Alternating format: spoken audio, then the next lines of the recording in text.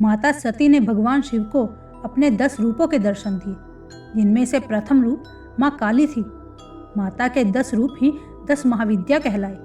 हम माता के अन्य 9 रूपों को माता तारा, माता षोडशी, माता भुवनेश्वरी, माता भैरवी, माता छिन्नमस्ता, माता धूमावती, माता बगलामुखी, माता मातंगी और माता कमला के नाम से जानते हैं।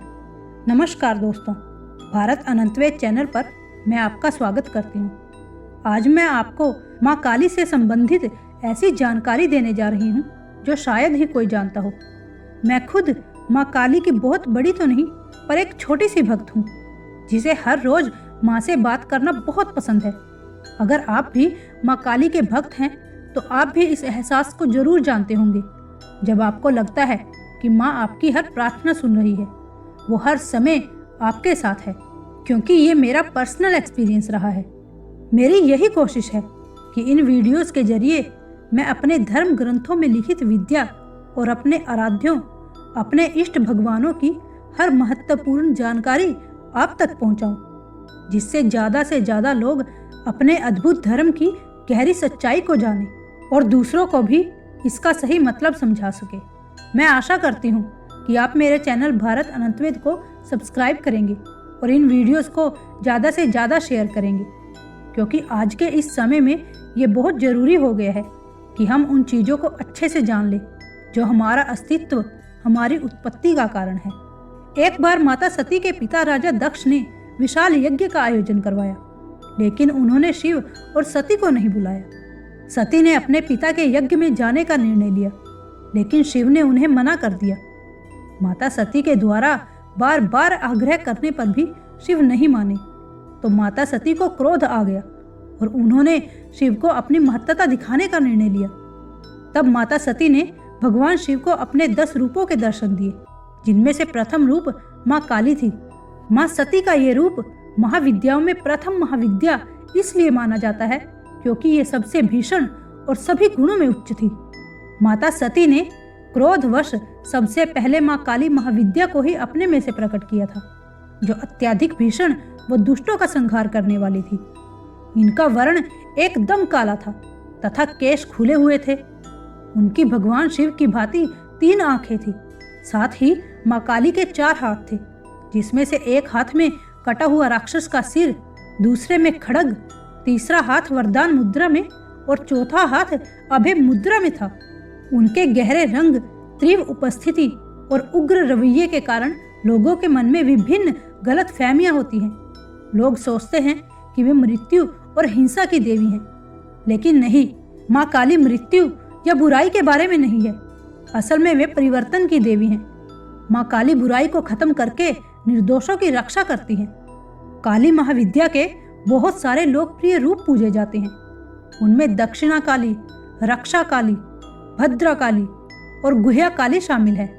अन्य लोकप्रिय रूपों में आद्या काली, चिंतामणि काली, स्पर्शमणि काली, संतति काली, सिद्धि काली, शमशान काली, अथर्वण भद्रा काली, कामकला काली, हंसा काली, चामुंडा, कालरात्रि और काल शंख श्रेणी काली है।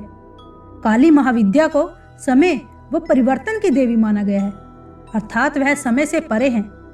उनकी 3 आंखें भूतकाल, भविष्यकाल और वर्तमान काल को प्रदर्शित करती हैं। ब्रह्मांड में समय हमेशा गतिमान है, जिसका प्रतिनिधित्व माँ का ये रूप करता है। काली महाविद्या का स्वभाव भी अपने पति भगवान शिव के समान ही है। जिस प्रकार भगवान शिव बहुत जल्दी प्रसन्न और क्रोधित हो जाते हैं, ठीक उसी प्रकार माँ काली को भी बड़ी जल्दी क्रोध आ जाता है। भगवान शिव के क्रोधित अवतार को रुद्र अवतार कहा गया है और माँ काली तो स्वयं क्रोधित अवतार ही है। इसीलिए माँ काली का स्वभाव अपने भक्तों पर जल्दी प्रसन्न होने वाला और दुष्टों पर जल्दी क्रोधित होने वाला है। ऐसा माना जाता है कि माँ प्रकृति से ऊपर है और वे ब्रह्मांड समाप्त होने के बाद भी अस्तित्व में रहेंगी। काली का पुराण, जिसे काली पुराण, सती पुराण या कालिका तंत्र भी कहा जाता है, एक प्राचीन हिंदू धर्म ग्रंथ है जो देवी काली को समर्पित है। ऐसा कहा जाता है कि जहाँ ये ग्रंथ मौजूद होता है वहाँ कोई भय, कोई दुख बाधाएं नहीं रहती। इस पुराण में स्पष्ट शब्दों में लिखा गया है कि जो भी व्यक्ति हर रोज कालिका पुराण का अध्ययन करता है उसको परम ज्ञान की प्राप्ति होती है। कालिका पुराण में वर्णित है कि दक्षिण दिशा में रहने वाला अर्थात सूर्य का पुत्र यम महाकाली का नाम सुनते ही डरकर भाग जाता है तथा माँ काली के उपासकों को नरक में ले जाने का सामर्थ्य उसमें नहीं है। वामा दक्षिण पर विजय पाकर माँ काली मोक्ष प्रदायिनी बनी और उन्हें दक्षिणा कहा जाने लगा। ऐसा माना जाता है जो भी माँ काली को प्रसन्न कर ले उसके जीवन से भय, संकट और दुख दर्द कोसों दूर हो जाते हैं और उसे अपना मनचाहा फल मिलता है। जिस पर भी माँ काली की कृपा हो उसका हर कार्य सफल होता है। यदि आप महाविद्या काली की पूजा करते हैं तो निश्चित रूप से आपको इसका लाभ मिलेगा। यदि आपको किसी चीज का भय, शत्रु का किसी प्रकार का डर या फिर मन में किसी बात को लेकर आशंका का भाव है तो वह माँ काली की पूजा करने से दूर होता है। यदि आप नित्य रूप से माँ काली की पूजा करेंगे तो आपको अपने अंदर आत्मविश्वास की बढ़ोतरी देखने को मिलेगी, जिससे आप दृढ़ निश्चय होकर कार्य संपन्न कर पाएंगे। अगर कालिका ग्रंथ अष्ट सिद्धियां देने वाला ग्रंथ है तो माँ काली मंत्र जाप व्यक्ति को क्या प्रदान नहीं कर सकता। बस व्यक्ति की नीयत और मन दोनों साफ होने चाहिए। अब मैं आपको महाविद्या काली की पूजा की विधि, मंत्र और संकल्प के बारे में बताने जा रही हूँ। माँ काली की पूजा करने के लिए सबसे पहले हमें अपने आप को पवित्र करना होता है। इसके लिए स्नान करके साफ कपड़े पहने। पूजा के लिए एक शांत और पवित्र स्थान का चयन करें। पूजा सामग्री में माँ काली की मूर्ति या चित्र, पूजा की थाली, धूप, दीप, नैवेद्य, फूल और फल आदि शामिल होते हैं। पूजा की शुरुआत में दीपक जलाएं और माँ काली के मंत्रों का जाप करें। ओम क्रीम क्रीम क्रीम हूम हूम ह्रीम ह्रीम दक्षिणे कालिका, क्रीम क्रीम क्रीम हूम हूम ह्रीम ह्रीम स्वाहा। माँ का एक काली साधना मंत्र बहुत ही विशेष महत्व रखता है। इस मंत्र को जपने से पहले ये अवश्य सुनिश्चित कर ले कि आप शुद्ध मन और सच्चे इरादे से जप रहे हैं। माँ काली की पूजा में भक्ति और समर्पण का बहुत महत्व होता है। इस मंत्र का जाप करते समय आपको अपने आसपास के वातावरण को शांत और पवित्र रखना चाहिए। इस बात का ध्यान अवश्य रखें कि इन मंत्रों का उपयोग बहुत सावधानी और समझदारी से करना चाहिए। यदि आप इन मंत्रों के उच्चारण और विधि में नए हैं तो एक अनुभवी गुरु के मार्गदर्शन में इन्हें जपना उचित होगा। अगर आपके पास कोई ऐसा गुरु नहीं है जो आपका मार्गदर्शन कर सके तो माँ काली को ही अपना गुरु बनाकर संकल्प लें। संकल्प में आप अपनी पूजा के उद्देश्य को स्पष्ट करें और अपने गोत्र, नाम, स्थान, तिथि, वार और राशि का उल्लेख करते हुए माँ काली से प्रार्थना करें कि हे माँ, मेरी इस पूजा में आने वाले सब विघ्न दूर करना और मुझे अपना बच्चा समझकर मेरा मार्गदर्शन करना और मेरी इस मनोकामना को अवश्य पूर्ण करना। फिर आपकी जो भी मनोकामना हो उसे कह दें। किसी भी महीने में माँ काली की पूजा शुरू करने के लिए आप विशेष तिथियों का चयन कर सकते हैं। अमावस्या जो चंद्रमा के अदृश्य होने की रात होती है और कृष्ण पक्ष की नवमी और अष्टमी जो चंद्रमा के घटते चरण के 9वें और 8वें दिन होते हैं, इन दिनों को पूजा के लिए अति उत्तम माना जाता है।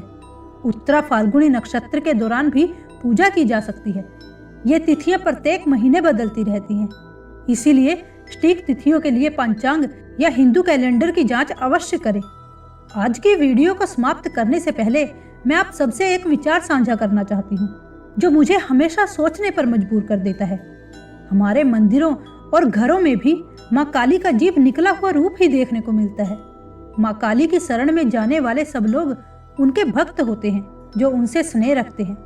तो क्या ऐसा नहीं होना चाहिए कि हमारे मंदिरों और घरों में माँ की ममता पूर्ण तस्वीर या मूर्ति होनी चाहिए, जैसे कि माँ काली का भगवान शिव के बाल रूप को ममता वश प्रेम करने का दृश्य, या फिर माँ का कोई भी ममता भरा स्वरूप। क्योंकि मेरी माँ तो बहुत ही सुंदर है, जिनको देख के कभी मन भरता नहीं है। माँ का क्रोध से भरा स्वरूप तो दुष्टों और पापियों के लिए है, मंदिर में आने वाले माँ के बच्चों के लिए नहीं। इस विचार से मेरा उद्देश्य किसी की भावनाओं को ठेस पहुंचाना नहीं है। ये तो बस माँ की एक भक्त उनके दूसरे भक्तों से अपना विचार साझा कर रही है। अगर आप मेरी इस बात से सहमत हैं या नहीं भी तो कृपया मुझे कमेंट बॉक्स में जरूर बताइएगा। मुझे आपके कमेंट्स का इंतजार रहेगा। तो ये थी आज की वीडियो। जाने से पहले हमारे चैनल भारत अनंतवेद को सब्सक्राइब करना और इस वीडियो को शेयर करना मत भूलिएगा, जिससे हर कोई इस वीडियो से लाभ उठाकर अपने धर्म ज्ञान को और करीब से जान जाए। तो फिर मिलेंगे आपसे नई जानकारी के साथ। जय मां काली।